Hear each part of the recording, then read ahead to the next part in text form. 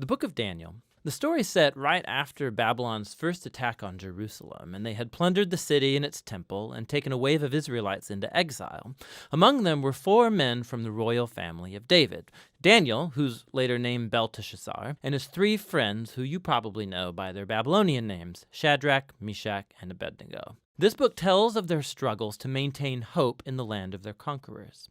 The book's design seems pretty simple at first. Chapters 1 through 6 contain stories about Daniel and his friends in Babylon, while chapters 7 through 12 contain the visions of Daniel about the future. But this 2-part shape is made even more interesting by another design feature, and that's the book's language. It begins in Hebrew, the language of the Israelites, but chapters 2 through 7 are written in Aramaic, a cousin language to Hebrew spoken widely among the ancient empires. But then in chapters 8 through 12, it goes back to Hebrew.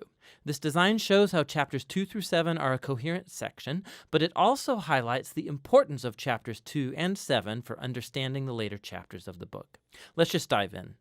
Chapter 1 introduces the basic tension of the first half of the book. Daniel and his friends, they're really wise and capable, and they're recruited to serve in the royal palace of Babylon. But they're pressured to give up their Jewish identity by living and eating like Babylonians and violating the Jewish food laws found in the Torah. So they refuse, and they choose faithfulness to the Torah, and it puts them in danger. But God delivers them, and they end up being elevated by the king of Babylon. After this begins the Aramaic section, which you'll see has this really cool symmetrical design. So first, the king of Babylon has a dream that, it turns out, only Daniel is able to interpret. It's about a huge statue made of 4 types of metal, and it symbolizes a sequence of kingdoms, and the head is Babylon. But then a huge rock comes flying in, and it shatters the statue, and it becomes this huge mountain.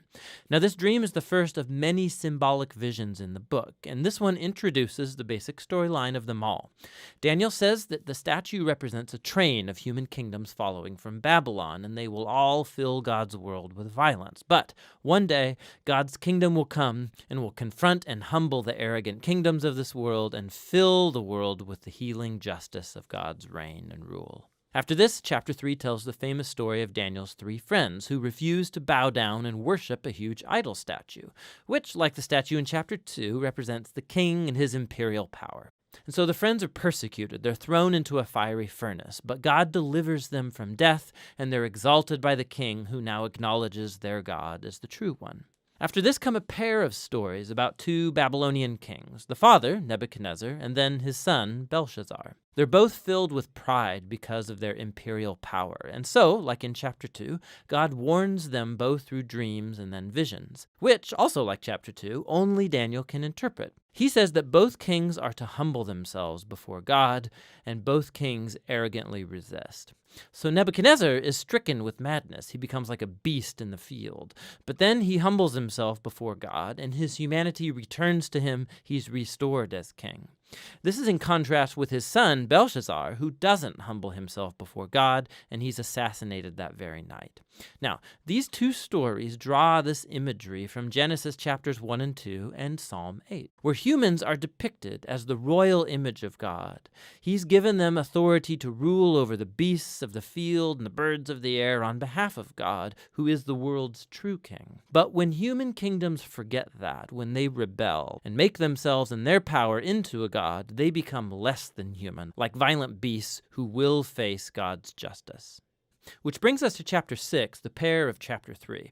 And this time it's Daniel who's being persecuted because he refuses to pray and worship the king as a god. And so, like the friends, he's sentenced to death and he's thrown into a lion's den. But God delivers him from the beasts, and like the friends, the king exalts Daniel and praises his God, which brings us to chapter 7. It's the pair of chapter 2 and the center of the book where all its themes come together.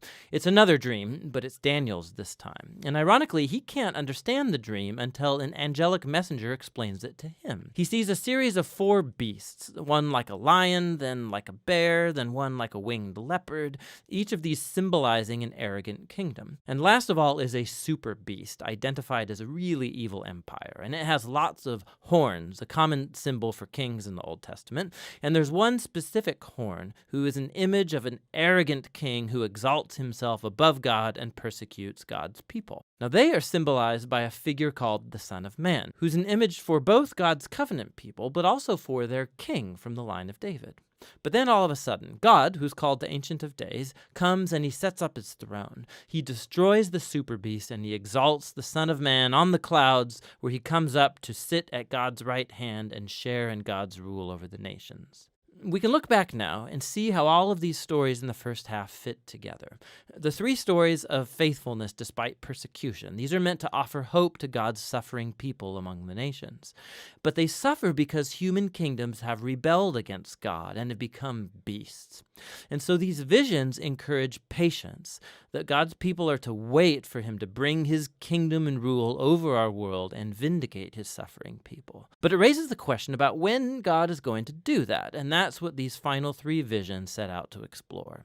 In chapter 8, Daniel has another vision about the final two beasts of chapter 7, but this time they're symbolized by a ram, who we're told is an image of the empire of the Medes and Persians, and then by a goat, who's an image of ancient Greece. And out of the goat come a whole bunch of horns, one of which symbolizes the evil king from chapter 7.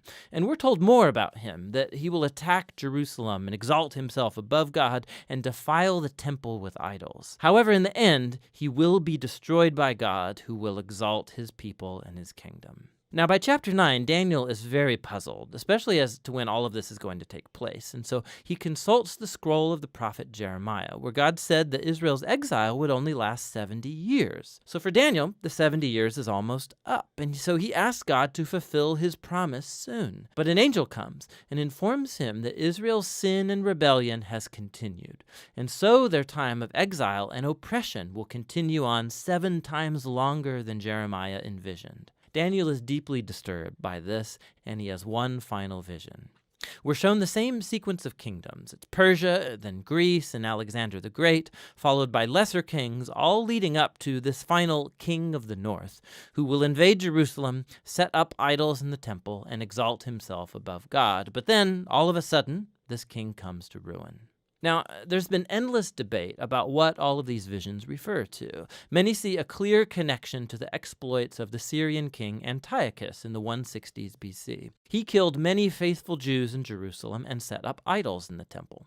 Others think it points forward to the Roman Empire's role in the execution of Jesus and the destruction of Jerusalem and the temple in AD 70. And still others think it will be fulfilled in future events that have yet to happen when Jesus will return. Now the problem is that the symbols and the numbers, they don't quite match any of these views perfectly.